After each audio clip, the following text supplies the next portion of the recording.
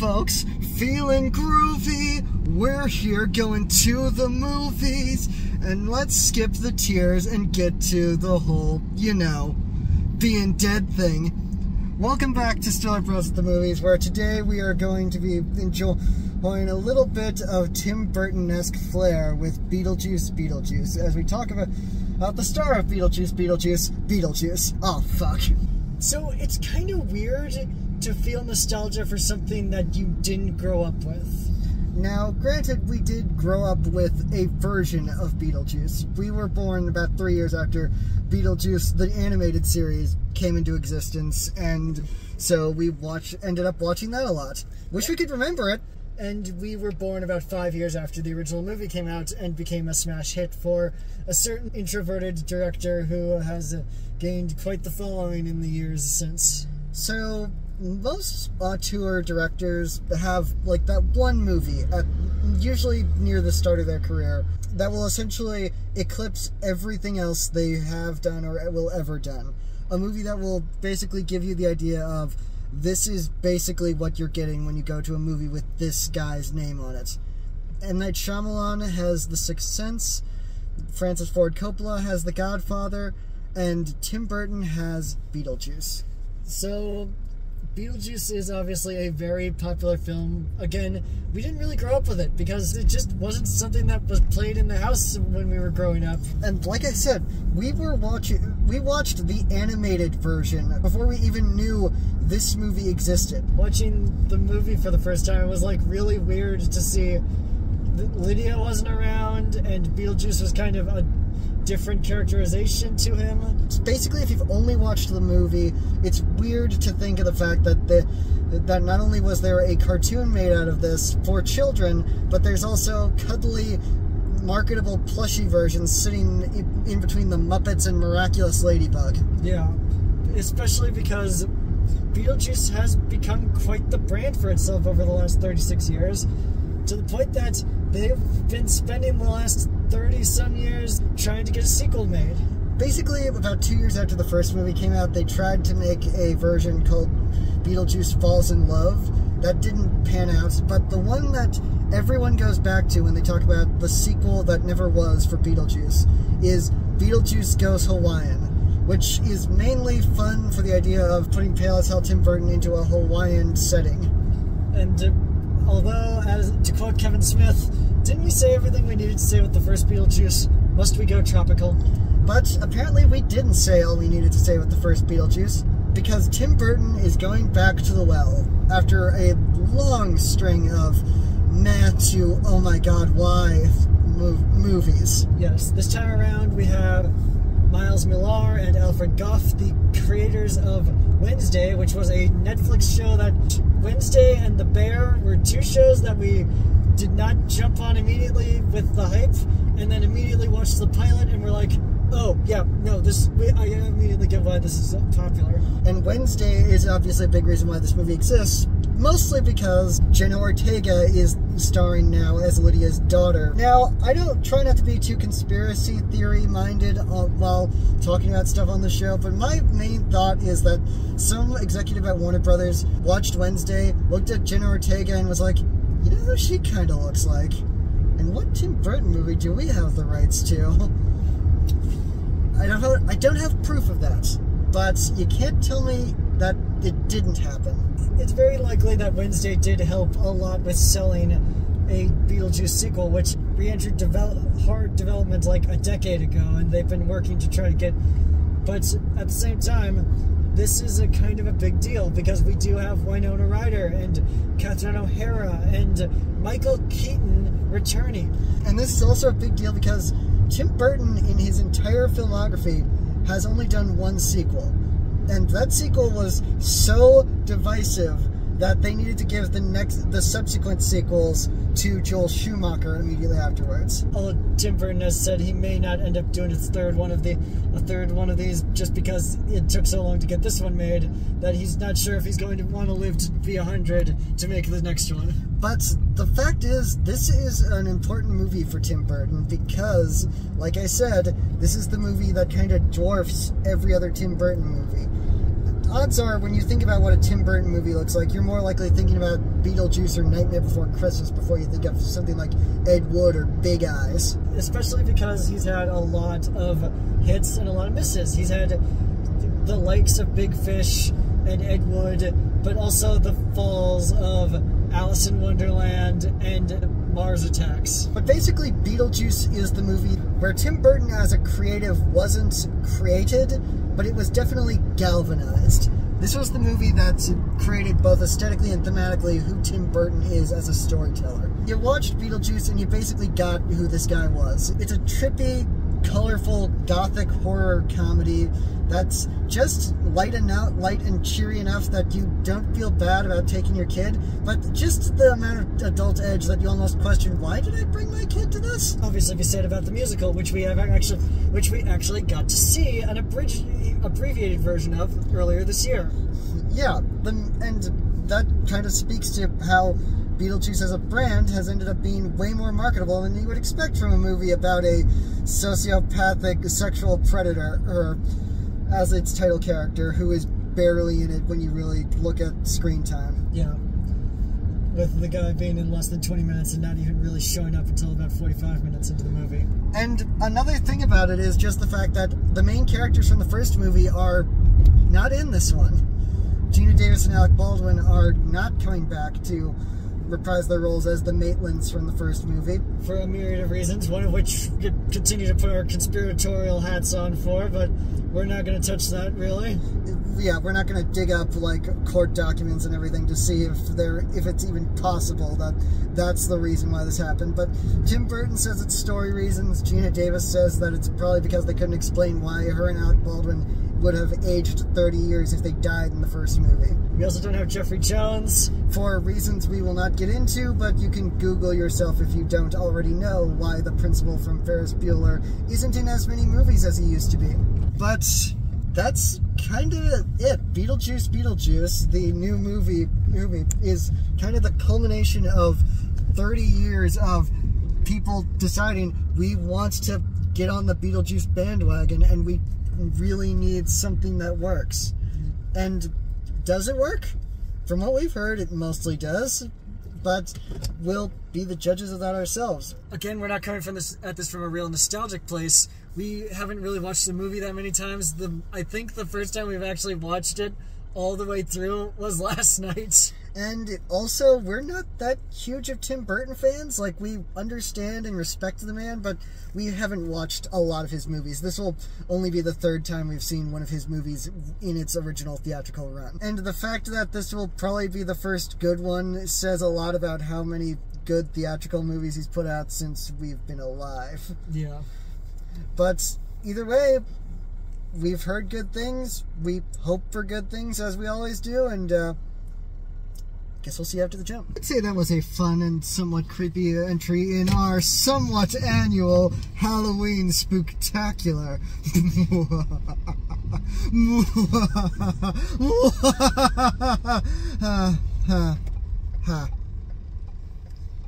So anyway, it was fun. Yeah, it was a fun time. So, the thing about Tim Burton when he's at his best is that he always remembers to bring the creepy and the funny, and I think he actually remembered to do it this time, unlike some of his more recent films where it's like, oh, I don't know what I'm doing right now because I'm kind of locked into a certain framework. Yeah. This time around, it's a very fun time at the movies. It's a fun time around Halloween. It's not exactly like a Halloween-y atmosphere with this movie, but the original Beetlejuice doesn't exactly have the Halloween-y feel to it, but no, that's kind of weird because this movie actually takes place on Halloween. Yeah, but it doesn't have like the colors, the kind of stuff that you would associate with like a Halloween movie, like a color scheme and stuff like that. But let's get into it a little bit. Starting with the reason you go to see a Tim Burton movie, the aesthetics. And oh my god, practical effects, the degree of which we have not seen in so long. It is just so insane to look at the way some of this stuff looks. It looks like something that would be at an amusement park in the good, in a good way. Like you're seeing something practical in front of you. Now, I don't know if Tim Burton was telling the truth, if he was when he was on the press junkets for this and saying, "Oh no, there are no CG. There's absolutely no CG in this movie at all." Because, come on, man. There's not no CG, but there's very little CG, obviously. I think he was really talking like there's no 100% CGI shots. Because there's stuff that's obviously CGI, but this isn't like Dumbo, where he's like, I guess I gotta have whole shots of just the elephant focused on, and the elephant is CGI. And we also gotta remove Colin Farrell's arm. But it's really something that Tim Burton took this as an opportunity to be like, no, I'm going to do as much practical effect as I can, and it's going to be just as amazing as it was the first time around. Yeah, it's a lot of fun to see practical effects.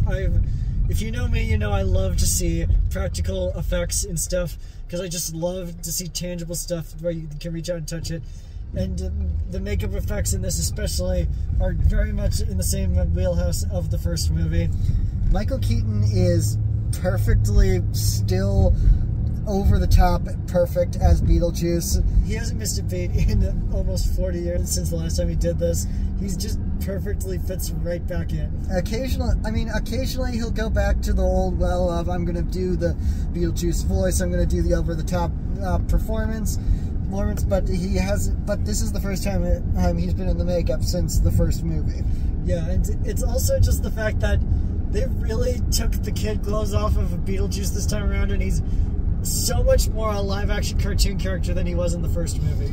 Maybe it's simply because they felt like they could do a lot more with it. Like, the writers clearly get what Beetlejuice is, whereas the first time around, supposedly Michael Keaton basically took the character that was on the page, threw it out, and made his own version, like all the way down to improvising most of his dialogue. And Beetlejuice doesn't overstay his welcome, because he's in it a little bit. He's in it more than he was in the first movie, but he's not in it but he's not basically in every moment of it like he is in other Beetlejuice media, like the show, like the animated show or the Broadway musical. Basically, we're still in a world where the human cast is more the focus.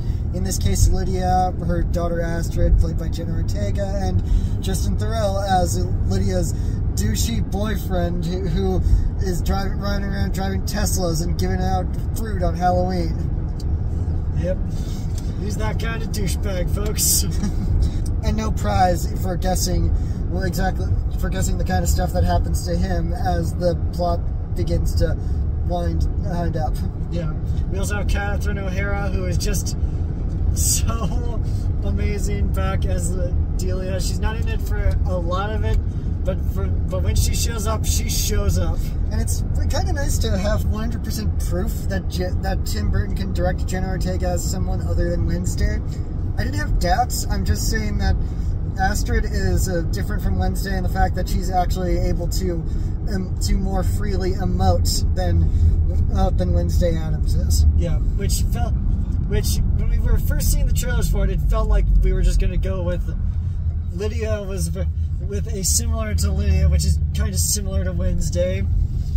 But now they gave her own personality, so she's not just a mini-me of Lydia. And I kind of love the fact that Winona Ryder is just kind of back in and game. Pretty much to everyone who came back from the original movie, it almost feels like no time has passed. And the new cast is seen as pretty game. I mean, Willem Dafoe is in this. How has Willem Dafoe never been in a Tim Burton movie up until this point? I don't know. The man, by default, almost looks like Tim Burton drew him and then somehow brought him to life. I mean, he was in the closest he's gotten so far is a Guillermo del Toro movie, which is... The man's has run the gamut of directors as artsy as Lars von Trier and as mainstream as John Watts, and yet this is the first time he's ever worked with Tim Burton. Yeah, it's insane, and which makes it all the sense that he could just slot right into this.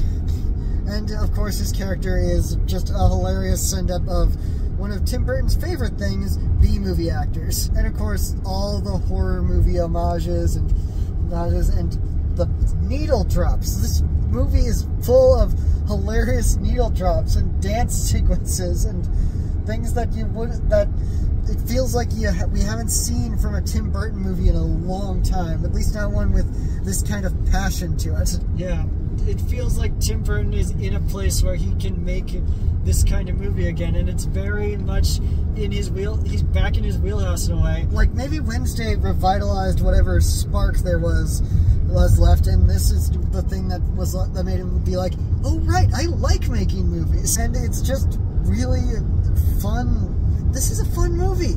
Yeah, it's a fun movie. We got some cameos in here, which are fun. We've got a really, we got a shocking surprise cameo from a Tim Burton regular just suddenly showing up, and we didn't realize it was him until, you know, showed up. Not Johnny Depp. Not Johnny Depp. The rumors of Johnny Depp's appearance were greatly exaggerated.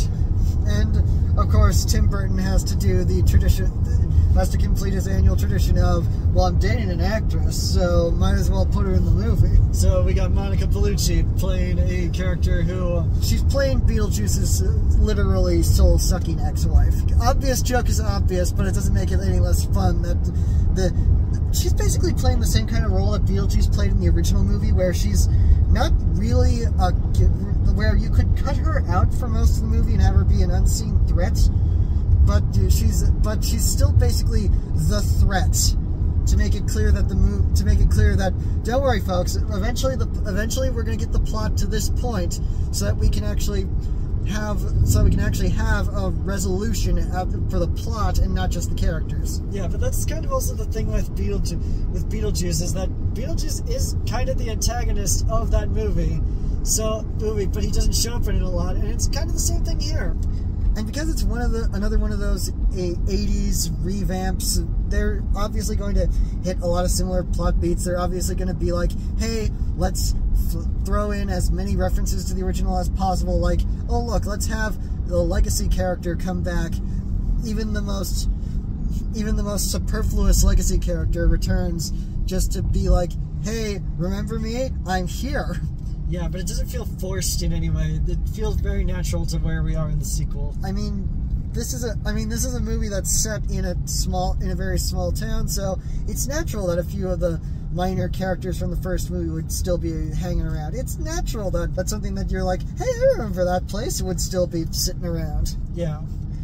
And because of that, Beetlejuice is one of those movies that actually kind of manages to fit all the stuff that it needs to in this. It's a fun, somewhat original story, but it also is a fun connection to the original movie. I think this is a pretty good movie. Yeah, pretty solid. And as far as enjoyable Halloween merriment, you could do worse. Yeah. But for right now, I think that's it. Be sure to like this video, subscribe to this channel, and leave in the comments what you may or may not have thought of Beetlejuice. And don't forget to tune in next time when we witness the origin. Bye.